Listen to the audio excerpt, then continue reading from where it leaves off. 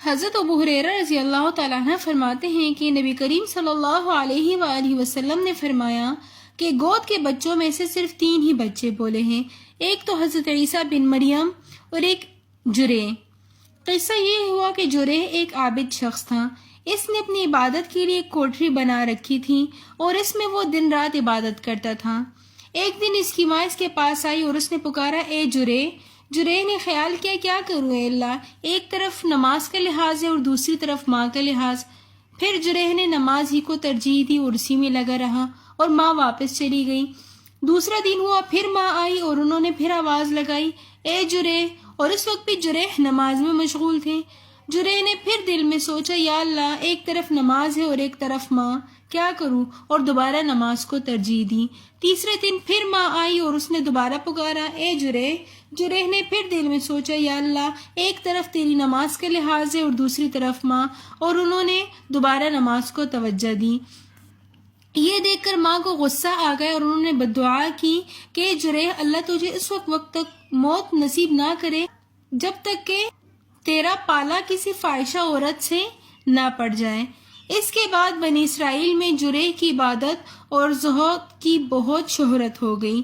وہاں بنی اسرائیل کے اندر ہی ایک بدکار عورت تھی جس کا حسن و جمال بہت زیادہ تھا، اللہ نے اس کو بہت زیادہ حسن و جمال سے نوازا تھا۔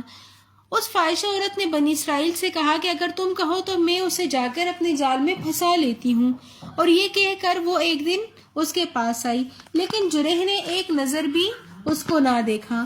فاحشہ عورت کو اس میں اپنے لیے بہت زیادہ بے عزتی محسوس ہوئی اور وہ ایک گدڑیے کے پاس چلی گئی جو اسی عبادت خانے میں سویا کرتا تھا، اور اس گدڑیے کو اس نے اپنے دام میں پھنسا لیا اور اس کے ساتھ ناجائز تعلق بنایا اور اس سے حمل ٹھہر گیا۔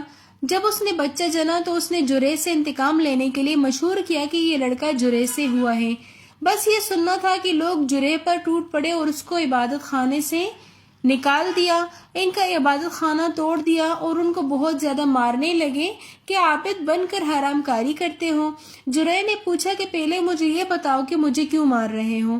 تو لوگوں نے کہا کہ تم نے فاحشہ عورت کے ساتھ زنا کیا ہے اور اس نے تیرے بچہ جنا ہے۔ جریح نے کہا تو کہاں ہے وہ بچہ، لے کر آؤ۔ لوگ وہ بچہ لے کر آ گئے تو اس نے کہا کہ مجھے نماز پڑھ لینے دو۔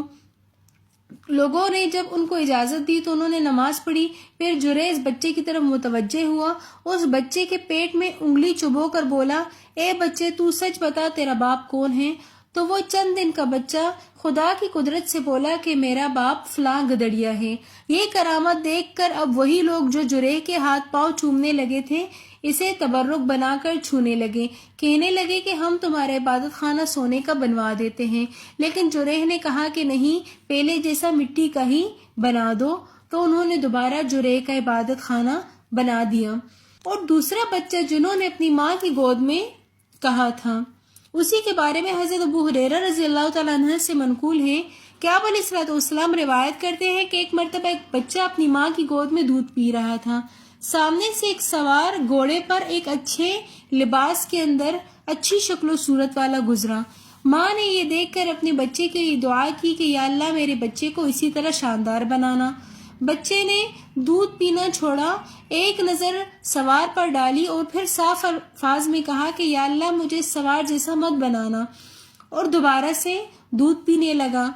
راوی کہتے ہیں کہ یہ قصہ سناتے وقت آپ علیہ الصلوۃ والسلام نے اپنی شہادت کی انگلی اپنے دندان مبارک کے اندر ڈالی اور بچے کے دودھ پینے کو بتلانے کے لیے کہ اس طرح آپ علیہ الصلوۃ والسلام دودھ پینے لگے جس طرح بچہ دودھ پیتا ہے، اور آپ علیہ الصلوۃ والسلام فرمانے لگے کہ مجھے وہ منظر ایسا یاد ہے جیسے کہ وہ ابھی بھی میرے نگاہوں کے سامنے ہے۔ پھر آپ علیہ الصلوۃ والسلام نے بقیہ قصہ سنایا کہ تھوڑی دیر بعد کچھ لوگ ایک لڑکی کو پکڑے ہوئے اسے مارتے ہوئے سامنے سے گزرے اور کہنے لگے، کمبخت، تو نے زنا کیا ہے، چوری کی ہے، اور وہ بیچاری کہے جا رہی تھی کہ میرا سہارا اللہ ہی ہے۔ وہ کیسا اچھا کام بنانے والا ہے۔ ماں نے یہ ذلت کا منظر دیکھ کر شفقت سے اپنے بچے کے لیے دعا کی کہ اللہ میرے بچے کو اس لونڈی کی طرح نہ بنانا۔ بچے نے دوبارہ ماں کا دودھ چھوڑ کر ایک نظر لڑکی پر ڈالی اور صاف صاف کہا اے اللہ مجھے اسی جیسا بنانا۔ اس پر ماں اپنے بیٹے سے حجت کرنے لگی۔ ماں نے کہا کہ جب میں نے ایک اچھی حالت والے آدمی کے لیے دعا کی تو نے پھر انکار کر دیا، اور اب جب میں تیرے لیے دوبارہ دعا کر رہی ہوں ایک لڑکی کی ذلت کو دیکھ کر کہ خدا میری اولاد کو ذلت سے بچا، تو پھر نے میری بات سے انکار کیا۔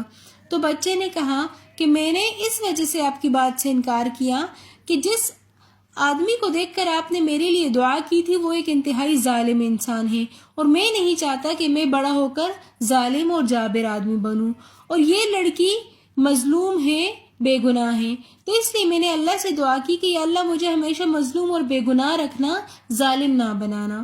اگر آپ کو ہماری آج کی ویڈیو پسند آئی ہو تو ویڈیو کو like, comment, share and subscribe ضرور کیجیے گا۔ ملتے ہیں نیکسٹ ویڈیو میں، تب تک کے لیے اللہ حافظ۔